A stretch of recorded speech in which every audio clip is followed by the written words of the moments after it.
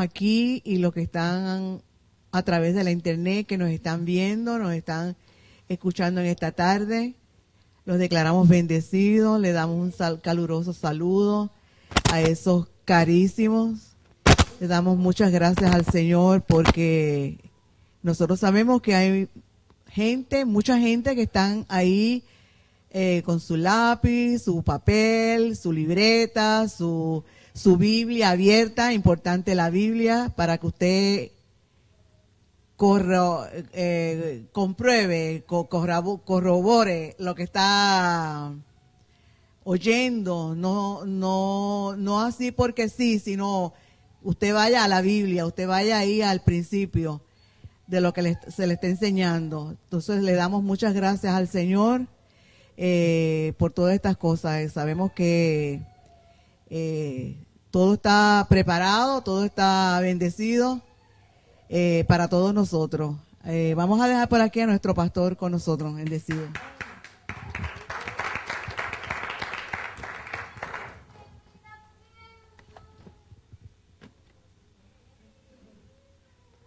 ¿Qué le pasa a Carlito?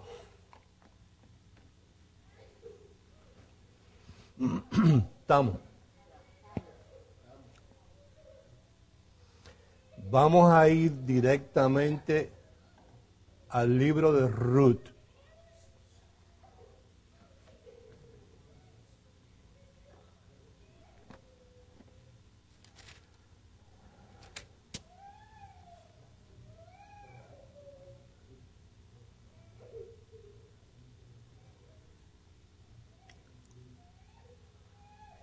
Que fue donde terminamos la semana pasada.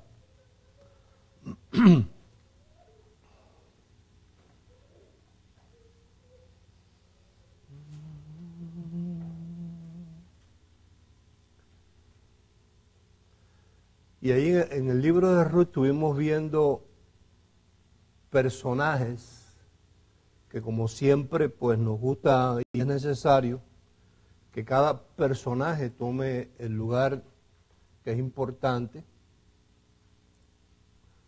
Sin embargo, aquí vimos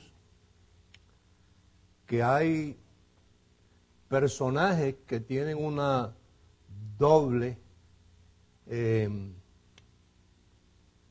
acción. En el caso de vos toma el lugar doble, número uno, de Dios, que dice, yo iré y redimiré. Y toma el lugar de Jesucristo, que dice, yo estoy aquí y redimo. Despacio voy.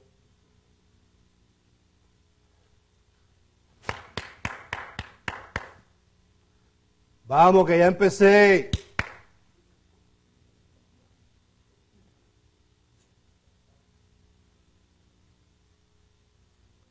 Vamos, que después si se pierde en el principio no entienden lo otro.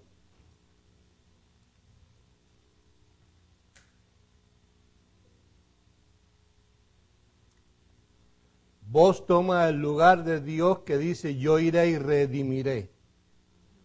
Yo mismo iré y recogeré a mis ovejas. Y toma el lugar de Jesucristo, que dice, aquí estoy y redimo.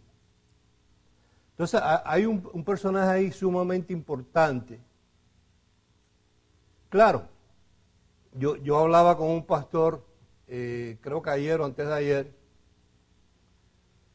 y entonces le compartía que no existen muchas veces versículos que digan literalmente lo que queremos decir.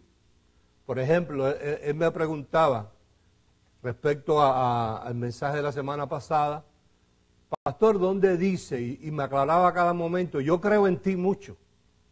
No es que esté poniendo en duda lo que tú dices, tú a través de los años, y es un pastor de muchos años, no pongo en duda, pero ¿dónde está el versículo que dice que Dios creó a Satanás? Entonces le dije, no existe ese versículo. Pero tú tienes que llegar a conclusiones, porque si allí dice en Efesios que eres el creador de todas las cosas, y después dice en Ezequiel que tú fuiste creado, que él era una creación, entonces tú tienes que llegar a la conclusión de que el creador de Satanás es el diablo, si no se creó él mismo. Pero no es que yo ponga en duda, es que a la hora de yo decirlo, digo, es que a la hora de tú decirlo, tú no estás tan seguro y tú quieres un versículo para tú demostrarle a la gente que tú tienes la razón. Entonces yo le dije, no puede ser así, sino tú tienes que entender que tú vas a tener como audiencia distintos tipos de personas. Y que va a haber gente que no importa cómo tú quieras ponérselo, no van a romper su religión establecida de antemano y no vas a poder con ellos. Sin embargo, hay otros que están fresquecitos, no tienen la conciencia cargada y esos llegan a conclusiones porque no hay versículos que digan exactamente lo que tú quieres decir. Entonces ahora yo voy a eso mismo, donde por lo que yo veo tú no tienes que estar de acuerdo conmigo. Así como vimos en vos un doble lugar, porque tienen que haber los personajes, tienen que existir los personajes importantes, tiene que existir Dios y tiene que existir Jesucristo y no encuentro más ninguno. Entonces ahí vemos al vos que promete redimir y termina redimiendo. Entonces nos lleva a concluir de que vos tomas el doble papel del Dios que dice yo iré y redimiré, y toma el papel de Jesucristo que dice estoy aquí y redimo, y redimió. Entonces hay un personaje muy interesante ahí que es Noemí. Noemí, que a pesar de que ella por su situación se cambia el nombre y se pone como nombre Mara porque estaba amargada, cuando tú sigues leyendo, cada vez que se refieren a Noemí, no se le dice Mara, sino Dios le sigue llamando como Él le puso su nombre desde el principio, Noemí. Eso a mí me indica, y es lo que yo aprendo y recibo, que ahí está el individuo que de acuerdo a su situación, de acuerdo a las circunstancias, de acuerdo a su estado de ánimo, no de acuerdo a la palabra, ¿viste? Porque la palabra es una cosa, nuestro estado de ánimo es otro, ¿viste? Mi estado de ánimo puede decir una cosa, pero la palabra siempre va a decir lo mismo. Ella no va a cambiar de acuerdo a mi estado de ánimo ni de acuerdo a las circunstancias. Entonces tenemos a este personaje, Noemí, que sus circunstancias, su estado de ánimo, la hace sentir amargada. Pero sin embargo, de momento ella tiene un cambio y deja de funcionar como la amargada para convertirse en la consejera, la que ayuda, la que aconseja, la que instruye a Ruth, que viene siendo la esclava gentil que termina siendo la señora, que no es otra cosa que la iglesia gentil, que la iglesia esclava que termina siendo la esposa. ¿Me expliqué? Entonces, Noemí, si tú miras a Noemí, ahí en el capítulo 4 de Ruth, en el versículo 15,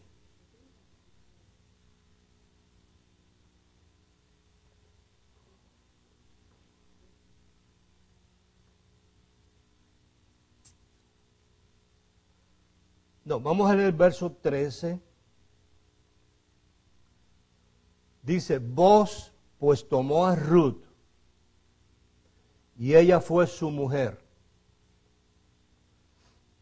Y se llegó a ella y el Señor le dio que concibiese y diese a luz un hijo. Y las mujeres decían a Noemí, viste que no le dicen Mara, loado sea el Señor que hizo que no te faltase hoy pariente, cuyo nombre será celebrado en Israel, el cual será restaurador de tu alma y sustentará tu vejez, pues tu nuera que te ama, diga la iglesia Ruth, lo ha dado a luz y ella es de más valor para ti que 7 hijos. Ahora note aquí. Y tomando Noemí, el hijo lo puso en su regazo y fue su aya, su nodriza, como el Espíritu Santo es la nodriza de los hijos de la iglesia. Entonces, aquí Noemí toma ese doble lugar, primero la amargada, y después viene el cambio donde termina siendo la consejera y la nodriza, la nana de los hijos de Ruth, que toma el lugar de la iglesia. Pero entonces aquí vimos algo muy importante en el capítulo 4, la semana pasada, voy a pasar por allí, para que tú veas que interesante cómo una cosa va cayendo con la otra y nos va llevando, nos ha ido llevando a lo que nos va a interesar el día de hoy. Así como vos tomó ese lugar, y Ruth tomó su lugar, y Noemí también, ahí en el capítulo 4 aparece un tal fulano.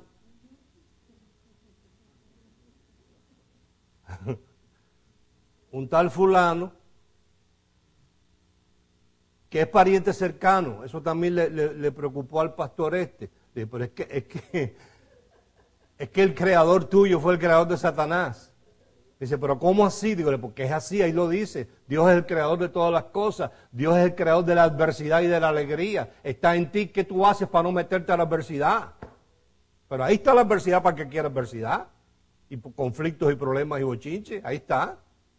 Cada cual es dueño de su propio tiempo y qué hace con su tiempo. Entonces está este individuo que en edad es mayor.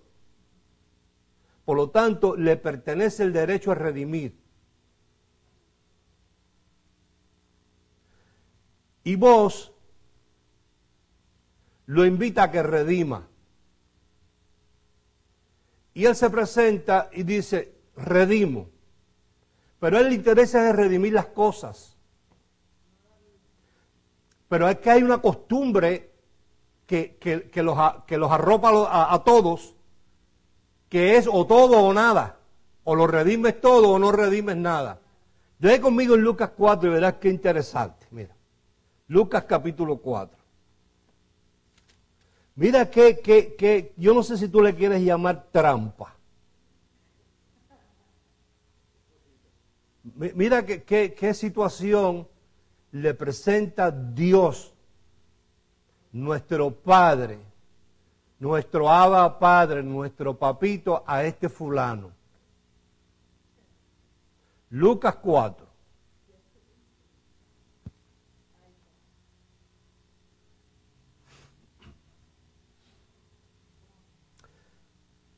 Verso 1 dice, Jesús lleno del Espíritu Santo, volvió del Jordán y fue llevado por el Espíritu al desierto. Por 40 días y era tentado por el diablo. Y no comió nada en aquellos días, pasados los cuales tuvo hambre. Entonces el diablo le dijo, si eres hijo de Dios, en otra versión que tengo, que no la voy a usar para no usar mucho tiempo, él lo que le dice es, ya te han dicho que tú eres hijo de Dios. O sea, como ya te convencieron de que lo eres. Pero aquí dice, si eres hijo de Dios, o sea, si eres, di a esta piedra que se convierte en pan y come. Jesús respondiendo le dijo, escrito está, no solo de pan vivirá el hombre, sino de toda palabra de Dios. Y le llevó o lo invitó el diablo a un alto monte, oído, y le mostró en un momento todos los reinos de la tierra. Diga, ¿dónde están las cosas? Y le dijo el diablo, a ti te daré toda esta potestad y la gloria de ellos, porque a mí me ha sido entregada y a quien quiero la doy. Quiere decir que ya las cosas él las tenía. Pero la trampa que le pone Dios a este fulano es, ya tú tienes las cosas, pero para que te puedas quedar con ellas, también te tienes que hacer caso de la viuda. Y es la pregunta, ¿y tú tienes con qué? Y es la respuesta que le da el tal fulano a vos, donde le dice, Yo las cosas sí, pero la viuda no. No vaya a ser que lo que me encuentre yo en la viuda vaya a dañar mi heredad, porque recuerda que el fulano no tiene cuerpo partido y sangre derramada con qué tapar la mancha de la viuda.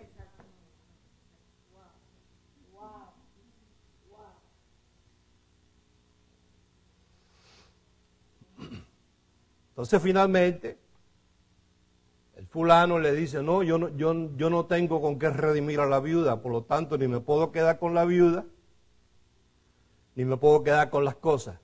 Quédate tú con todo.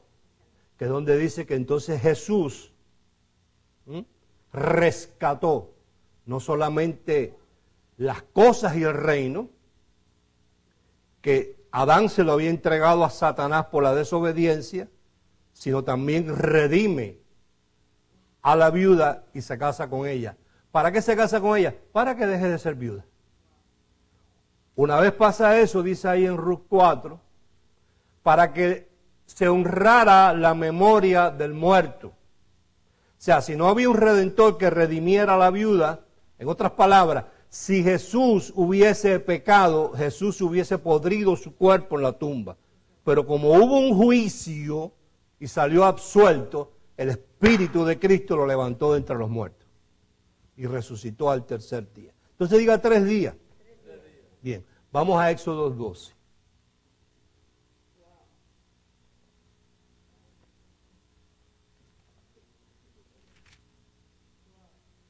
Tú sabes que lo importante de una enseñanza, además de uno saber lo que tiene que decir, también es importante cómo decirlo y cuándo decirlo. Porque eso lo va llevando a uno a lo que Dios quiere decir y lo va llevando a uno a ir cayendo en el orden del mensaje. Fíjate donde nos lleva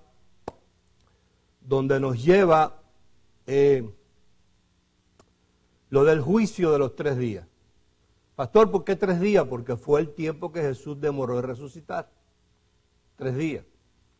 Pero ahora, entonces, volviendo a un fundamento, que es si sabemos interpretar el símbolo finalmente, entenderemos la revelación. Cuando vamos a Éxodo 12, leemos en el versículo 3 en adelante.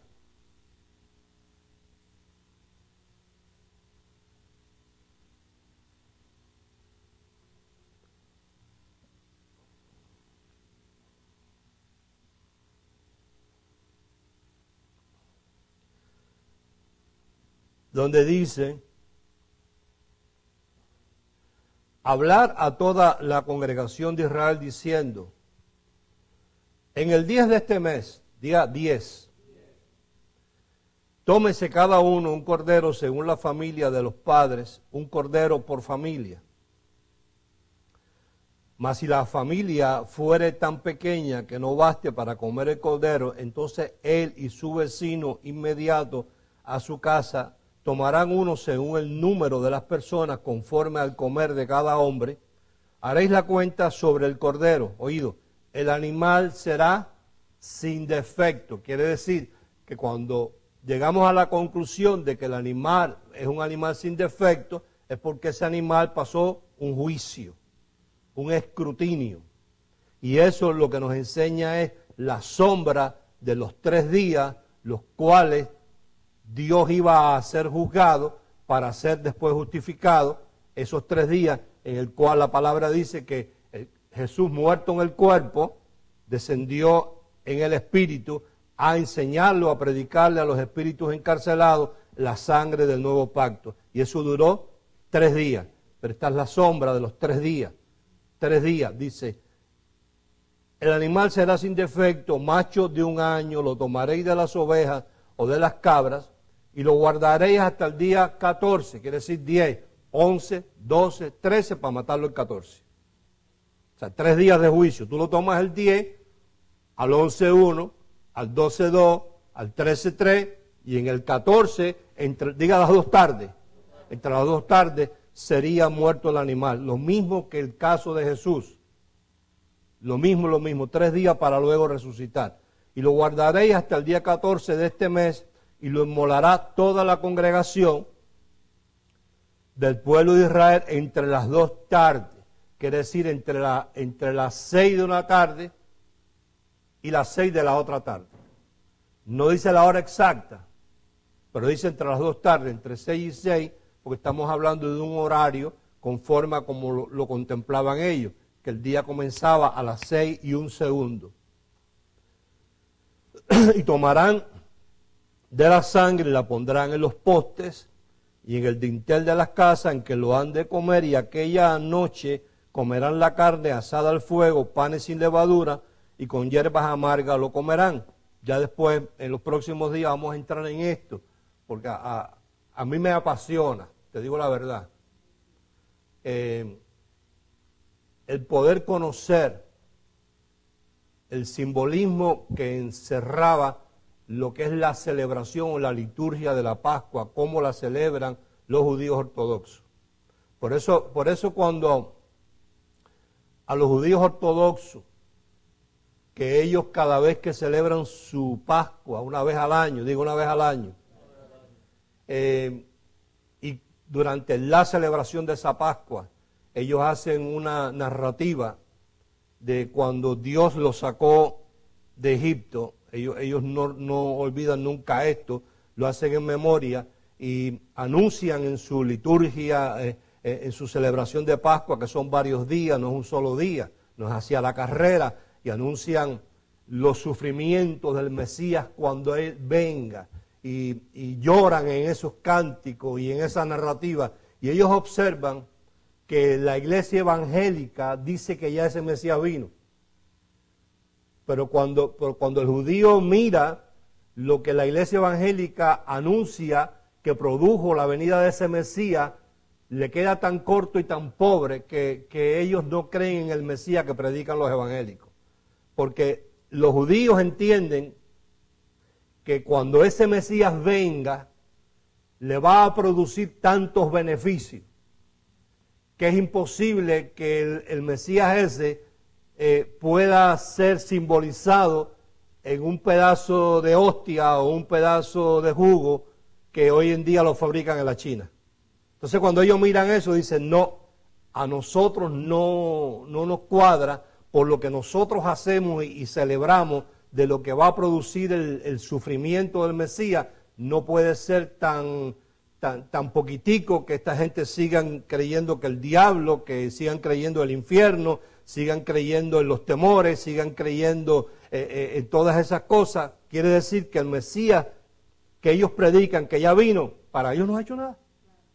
Entonces ellos dicen, yo no quiero ese Mesías. Yo mejor sigo esperando a otro, que cuando venga me produzca unos resultados conforme a lo que la palabra enseña. ¿Ves? Entonces ya después caeremos ahí en esa parte que es tan interesante y a mí me gusta mucho y hay gente pues que también le apasiona eso. Dice en el verso 10, ninguna cosa dejaréis de él hasta la mañana, y lo que quedare hasta la mañana lo quemaréis en el fuego y lo comeréis así. Ceñidos vuestros lomos, vuestro calzado en vuestros pies y vuestro bordón en vuestra mano, y lo comeréis apresuradamente. Es la Pascua del Señor. O sea, observe que dice que no es la Pascua nuestra, es la Pascua de Él. Volvemos al principio de que Él era el que necesitaba Pascua. Él era el que necesitaba sangre, no nosotros, porque a través de la sangre Él podía reconciliarnos a nosotros y poder tener comunión con nosotros una vez más. Entonces, en estos días pasados hemos visto la época de todos los años, la Semana Santa, ya en todas las iglesias evangélicas y católicas lo celebraron. Sin embargo, a mí me sigue, no inquietando ni preocupando, pero siendo de curiosidad, de que una fecha tan clara, donde en la palabra nos enseña cuándo fue que murió Jesús, que fue víspera de la Pascua, de esta fiesta, y que la Biblia nos enseña que tiene fecha, tiene día, tiene mes y tiene, no hora exacta, no podemos decir las 6:32, las 6:14, pero sabemos que hubo ahí un horario bastante cercano, pero que tenemos mes, tenemos día, tenemos año y tenemos más o menos la hora. La religión esté tan distanciada de lo que es la fecha que ellos ya te empiezan a celebrar esta festividad desde los días de marzo. Sin embargo, la palabra nos enseña que Jesús, vamos ahí a Juan 19,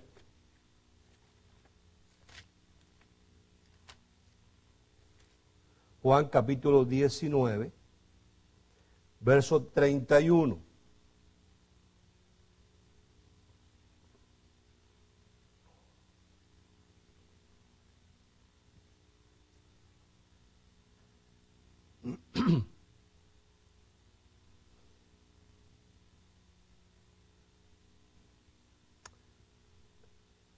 Bueno, vamos a leer el verso 30.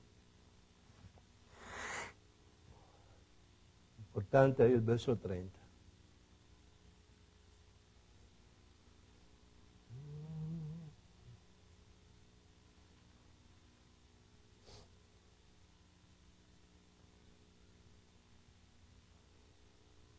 Dice, cuando Jesús hubo tomado el vinagre, dijo, ¿qué dijo? Consumado es, y habiendo inclinado la cabeza, entregó el Espíritu. Entonces, los judíos, ahí te va a decir cuándo fue. Entonces los judíos, por cuanto era la víspera de la Pascua, quiere decir que esto sucedió el día antes de la Pascua. Si el día de la Pascua es el 14 de abril, entonces eso te dice que fue el 3. Entonces no sé cuál es el misterio de que ellos ya en marzo están celebrando esta festividad o este acontecimiento, que para mí, por supuesto, es el acontecimiento más importante que registra la palabra, que es el acontecimiento que ya Dios desde antes de la fundación del mundo había separado el día, la fecha y la hora en la cual Él me iba a redimir a mí. Y me lo dice ahí. Entonces los judíos, por cuanto era la víspera de la Pascua, a fin de que los cuerpos no quedasen en la cruz en el día de reposo, y observe el paréntesis, pues aquel día de reposo era de gran solemnidad, o sea, no es un día de reposo común y corriente semanal, o sea, no es el día de reposo sábado, no es el sabbat, es un día de reposo de gran solemnidad que ya anteriormente lo hemos leído, que era la víspera de la Pascua. O sea, al día siguiente, después de las 6 de la tarde, no podía haber ningún cadáver en la cruz, porque eso le dañaba la fiesta a ellos. El que estaba siendo crucificado era un símbolo de maldición, él y los dos ladrones. Y eso había que acabarlo antes que se cumplieran 6 y 1 segundo, porque 6 y 1 segundo ya era la Pascua. Y si esos cadáveres estaban ahí, la ley judía estipulaba que si había un cadáver, había un muerto, echaba a perder todo, lo contaminaba todo. Entonces ellos corrieron, ese era el corre-corre que había aquí, donde tú ves en la palabra y ves en las películas el corre-corre de pártele las piernas, corre, pártele las piernas, porque al partirle las piernas se desgarraba el individuo y moría. Entonces el corre-corre era para que ellos acabaran de morir antes de las 6, bajarlos de la cruz, enterrarlos y que ese día entonces fuera el día de gran solemnidad donde no hubiera muerto, no hubiera nada que contaminara la festividad. Y es donde vemos que fueron a un ladrón, le rompieron las piernas, fueron al otro ladrón y cuando llegaron a él ya Jesús había expirado y no hubo necesidad de romperle las piernas. Entonces ese día, al día siguiente, era el día de gran solemnidad que era la Pascua, quiere decir que si Jesús resucitó en la madrugada de sábado para domingo, porque el primer día de la semana cuando llegaron ahí los discípulos, y llegó allí María de Magdala, María Magdalena, a buscarlo, ya él no estaba en la tumba, estaba la tumba vacía, estaban los ángeles solos allí. Entonces, si tú cuentas día tras día, si ya el domingo él no estaba, sábado, viernes, jueves, o sea, jueves, viernes y sábado, quiere decir que cuando muere es un miércoles por la tarde, no el Viernes Santo. Viernes Santo es otro disparate de la religión, que lo hacen un año en marzo tal, otro marzo en tal. Sin embargo, hay gente que con el tiempo, como ya nosotros no tenemos ningún temor en hablar cosas que sean verdad, no importa lo que la gente diga, hay unos que están muy claros en eso, son los testigos de Jehová, fíjate. Claro, con el tiempo han ido cambiando. Ya los testigos de Jehová en estos días, creo que Rolando me dio un papelito donde ellos están invitando para ahora, diciendo que Jesús no murió en marzo, sino murió en estos días y que cuando se celebra es el 14 de abril. O sea, los que estaban no están y los que no estaban están llegando. O sea, los testigos de Jehová que fueron en una ocasión tan alejados del sacrificio de Jesús, sumamente alejados, que ellos hace, yo te diría, 20 o 30 años, decían que Jesús era un profeta más. Según ha ido pasando el tiempo, ya Jesús no es un profeta, ya Jesús es el Hijo de Dios, ya ellos imprimen en trataditos los beneficios del sacrificio de Jesús. No sé si lo hacen a conciencia o si lo hacen simplemente para poder llamar a la gente y digan, mira, estos también creen, no sé, no quiero convertirme, ¿cómo se llama?, en abogado del diablo, yo no sé, pero ya ellos están imprimiendo en sus papeles que Jesús es el Hijo de Dios y el sacrificio de Jesús fue el que trajo la salvación o la redención y que la fecha es ahora 14 de abril y no es como dicen los demás religiosos. Entonces, sumamente claro dice, vinieron pues los soldados y quebraron las piernas al primero y asimismo al otro que había sido crucificado con él. Mas cuando llegaron a Jesús, como le vieron ya muerto, no le quebraron las piernas. Pero uno de los soldados le abrió el costado con una lanza y al instante salió sangre. ¿Qué dijimos que quería decir el agua? Que había sido desangrado, como lo estipulaba precisamente la costumbre y en la ley, que el animal tenía que ser kosher. ¿Qué es kosher? Desangrado hasta la última gota de sangre. Desangrado hasta la última gota de sangre. Bien, nosotros por muchos años, voy a empezar por ahí para compartir algo que es sumamente importante en cuanto a esto de la Pascua. Por muchos años mi esposa y yo lo acostumbramos a hacer, después lo empezamos a compartir con la iglesia, muchas personas lo empezaron a hacer, que es que cuando se aproxima esta fecha, nosotros separamos una ofrenda especial. ¿Por qué ofrenda? Porque es que la Biblia dice que es una ofrenda. En Mateo capítulo 26 la llama el evangelista Mateo el corbán. El corbán. Ahora, hay dos cosas importantes que a mí me gustaría compartir con ustedes, que es lo importante, no simplemente dar la ofrenda. Y es en 2 de Corintios capítulo 9. Vamos a leer dos cositas importantes.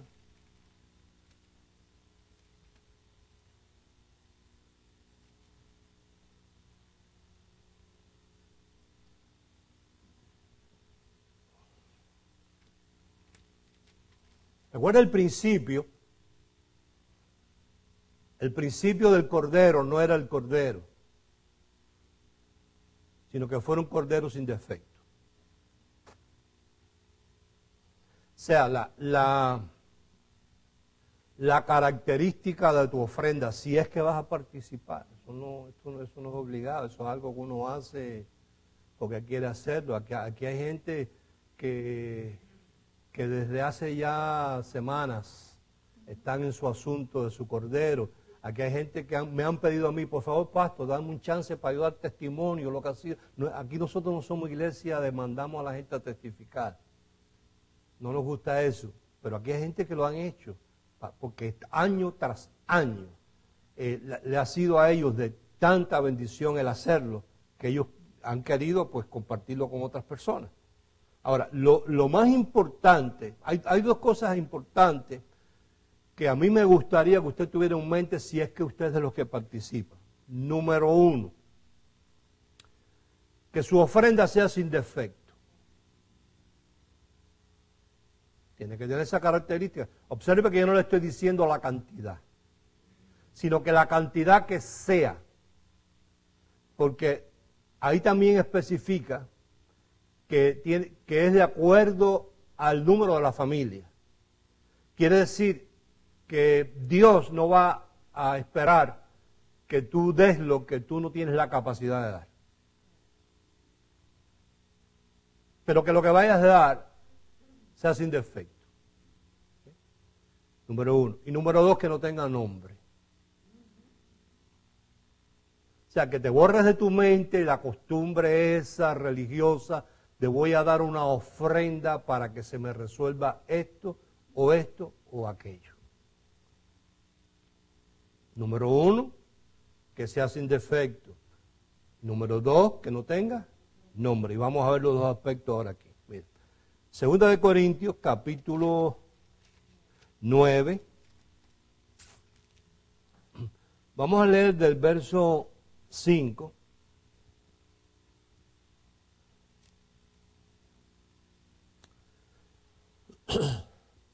Dice, por tanto tuve por necesario exhortar a los hermanos que fuesen primero a vosotros y preparasen primero vuestra generosidad antes prometida, para que esté lista como de generosidad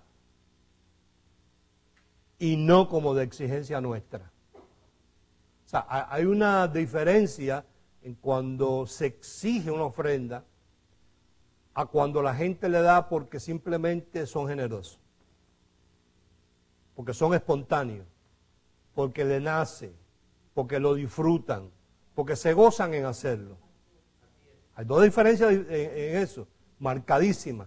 Una es una cosa que yo me pare aquí a exigirte, vamos a decir no exigirte, a manipularte, ¿ves? Y a prometerte de que si das esto, vas a recibir esto o esto otro. Y otra cosa es que de ti nazca de forma de generosidad. Y verso 6 dice, pero esto digo, el que siembra escasamente, observa que la siembra, que es de lo que tratan las ofrendas, diezmo no es ofrenda, diezmo no es siembra. La palabra es clara cuando te habla de diezmo y ofrenda. Diezmo te coloca en el lugar de recibir, te abre las ventanas de los cielos. Ofrenda es siembra, y la siembra activa, oído, lo que ya Dios tiene preparado para ti. Por eso es que hay que ser muy selectivo en la cantidad que uno va a sembrar. No debe ser ni más ni menos, debe ser de acuerdo, como dice la palabra, como Él propuso en tu corazón. Él es el que te tiene que decir la cantidad, porque esa cantidad es la que va a activar lo que ya Él tiene, que tú no sabes qué es lo que Él tiene. Puede ser que tú quieras una cosa, pero Él tenga otra cosa que sea lo que tú necesitas. Entonces mira, el que siembra, ¿cómo? ¿Dónde empieza la siembra? ¿En el bolsillo o en la mente? En la mente. Si primero no está en la mente, olvídate del bolsillo. Si en tu mente es escaso, también segarás escasamente. Porque si es un aspecto psicológico. Si en tu mente tú tienes una siembra escasa, oído, en tu mente tú tienes una siembra escasa. Y las cosas que pertenecen a la vida, que tienen aliento y tienen vida, están pendientes a todas esas cosas. Así como sea la mente del hombre, así como el hombre piensa en su corazón o en su mente, así él será. Entonces, donde debe empezar tu siembra de la Pascua es en tu mente. Y que sea una siembra sin defecto. ¿Por qué tiene que ser sin defecto? Dice, y el que siembra generosamente también segará generosamente. Cada uno dé como propuso. Ahora, ¿quién es el que le propone en tu corazón? ¿A quién tú le vas a buscar dirección para que ponga en tu corazón lo que tú vas a hacer?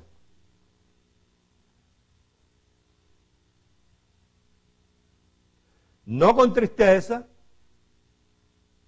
ni qué más, ni por necesidad. O sea, yo no voy a dar una ofrenda porque tengo una necesidad X y la voy a dar a ver si Dios me resuelve eso.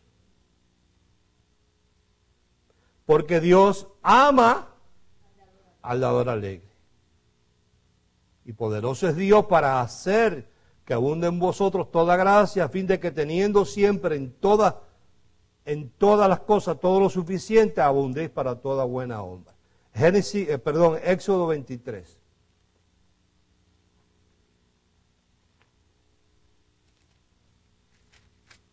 Entonces, en tu mente está que tú tienes la capacidad, el deseo, vas a estar tranquilo, feliz de agarrar lo que Dios te supla en una semana entera y darlo. Si está así, pues hazlo. Es lo que nosotros hacemos. Ahora sí, en tu mente eso está muy complicado de decir, una semana, ¿qué se cree este pastor? Después, ¿con qué como el miércoles? Pues tú tranquilo, porque entonces tu cordero está teniendo defecto. Tiene defecto. No lo estás haciendo con alegría. Tu mente no está tranquila. Tu mente está turbada. Tu mente está preocupada. Tu mente todavía no ha entendido que Él está procurando activar en ti lo que ya Él tiene, lo que ha de ser. Fue ya. Tu siembra ya está, tu cosecha ya está. Eso no es una cosa que la va a producir tu siembra. Esa ya está, eso ya está establecido. Lo que ahora necesita es ser manifestado. ¿Cómo se va a manifestar? Tú la vas a activar con tu siembra. Porque todo lo que el hombre sembrare, hay cosas que son condicionadas. Si no hay siembra, no hay cosecha. Los únicos que cosechan sin sembrar son los pajaritos. Tú no eres pajarito. Tú no comes alpiste. ¿Verdad que no? Entonces, lo más importante es que sea sin defecto. Que tu mente esté tranquila. Que esté en paz. Esté en alegría. Que tú desde ahora empieces a preparar tu cordero. Que lo empieces a chequear todos los días. Y si tú dices, yo lo que me gano una vez al mes son $1,000, yo voy a dar una semana 250. Bueno, a lo mejor no tienes ni que esperar que llegue esa semana, sino esta semana pones 50 y después pones 38 y lo vas engordando, y lo vas mirando, y lo vas viendo, que lo cheques por 3 días. Que cuando termine los 3 días tú lo puedas mirar y digas, está sin defecto. Mi mente está, abundante, no solamente en cuanto a la siembra, sino también en cuanto a la cosecha. Y lo hago con alegría y no con tristeza ni por necesidad. Diga, que sea sin defecto. Bien. Éxodo 23.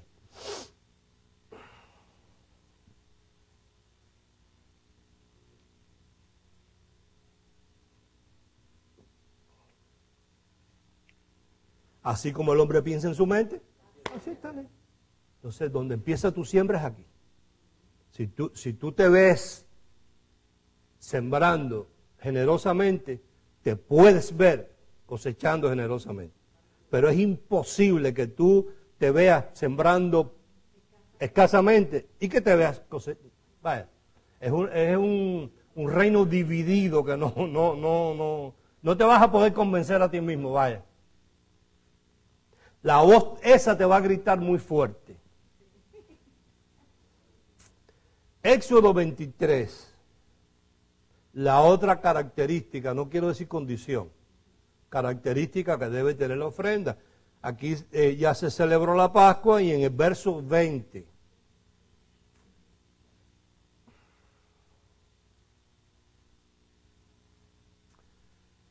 Dice, he aquí yo envío mi ángel delante de ti. No va atrás, va delante. Para que te guarde en el camino y te introduzca en el lugar que yo he preparado. Entonces entienda que Pascua indica fin de un ciclo, principio de otro. Pascua indica salida. Salida. Celebración de Pascua fue la salida del pueblo de Israel de Egipto después de 430 años. ¿De dónde te va a sacar Dios? Yo no sé. ¿Cuándo te va a sacar? Ni sé ni quiero. Ni sé ni quiero. ¿Qué te va a terminar? Tampoco sé, ni quiero saberlo. ¿Qué te va a comenzar? Tampoco sé. Porque para nosotros, mi esposa y para mí, nosotros no sabemos. Nosotros lo hacemos con alegría, con satisfacción. Tiempo antes ya lo estamos masticando en la mente, conversándolo, se acerca, porque para nosotros ha sido de mucha bendición. Pero tampoco te puedo decir que ha sido a los 15 días. ¿Oído? Ha habido personas que ha sido al día siguiente. Cosas importantísimas, cosas que han estado años y años pendientes. Han hecho su Pascua y el otro día. Han pasado cosas increíbles. Pero yo no te puedo decir que en tu caso sea así, que al otro día sea así. No te puedo decir si son 15 días, si es un mes, si son 2 meses. Yo lo que te puedo decir es que la Pascua dicta pautas. Las dicta pautas en trabajo, en negocios, en asuntos familiares, asuntos de migración, asuntos financieros, asuntos de resolver problemas legales. Las experiencias han sido tremendas. Pero tu experiencia es la tuya, no tiene que ser la de otra persona. Entonces observa las dos características. Número 1, que sea sin defecto. Entonces, yo quiero que entendamos que sin defecto no quiere decir que sea grande. Sin defecto quiere decir que sea con alegría. Con alegría. Que si es una semana lo que tú vas a separar, que sea así con alegría. Porque eso es lo que Dios propuso en tu corazón. ¿Por qué? Porque tú le pediste dirección al Espíritu Santo que te dijera, que te hablara. ¿Habla o no habla? Sí habla, sí te ministra. Y si cuando te ministra te da paz, la cantidad es esa. Porque Dios nunca te va a ministrar algo que a ti te traiga turbación y te quite el sueño. Sin defecto. Que te dé alegría, que tú no lo hagas por necesidad, que no te deje ansioso, que no te deje preocupado de que porque diste eso, no vas a poder echar gasolina ni vas a poder comer. Porque entonces tiene defecto. Entonces, mi sugerencia, ¿no?, es que si ya no lo has hecho, de ahora tú empieces a buscar dirección que Él proponga en tu corazón. ¿Por qué? Porque nosotros, mi esposa y yo, en una ocasión, porque tampoco hay algo conclusivo ahí de que sea una semana. Bueno, pero si esa gente daban un cordero en aquella época, ¿cuánto a una familia que no tiene 1000 cabezas de cordero es un cordero entero? Lo que han criado el año entero. Digamos que una semana de trabajo. Y eso es lo que hemos hecho nosotros por años. Pero tiene que ser que cuando uno lo haga, no diga, pero si de esta semana, entonces.